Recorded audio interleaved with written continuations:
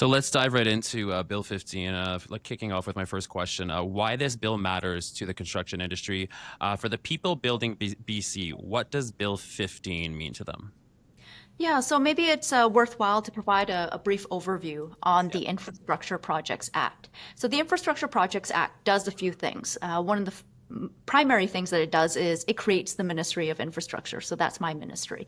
And it actually assembles the tools that are required for me to be able to deliver healthcare projects, education and childcare projects, and post-secondary institution projects as well. So we are able to work with school districts, health authorities, post-secondary institutions.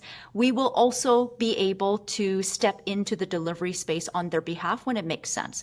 So some of your listeners may be on projects working with school districts that have very little experience delivering capital infrastructure projects. We have some school districts that are very small. We have some post-secondary institutions that are very small who have been asking for the province to provide more help in delivering those kinds of projects. And with Bill 15, we're actually able to step into that space more. And what that means is that we're able to not only deliver the construction projects on their behalf when it makes sense, but also group together different projects and project components into a single procurement when it makes sense as well. So one of the areas we're exploring is potentially a mass procurement of modular classrooms. That's a method or an approach that we wouldn't have been able to pursue without the Infrastructure Projects Act. Now, the Infrastructure Projects Act also includes 6 project streamlining tools that are targeted at helping projects move through provincial and local government processes more quickly.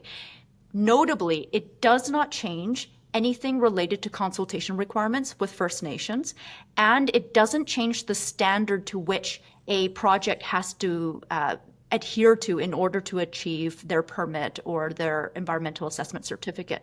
What these tools allow is for a project to actually be assessed more quickly. So as an example, one of the tools in the Infrastructure Projects Act allows for the Ministry of Infrastructure to select projects to move them to the front of the line in a queue waiting for a provincial permit. So if you have a school that is perhaps partway through construction and you suddenly discover that you've got frogs all over the lawn of your project site and you need to get an amphibian salvage permit in order to relocate the frogs so that you can carry on construction.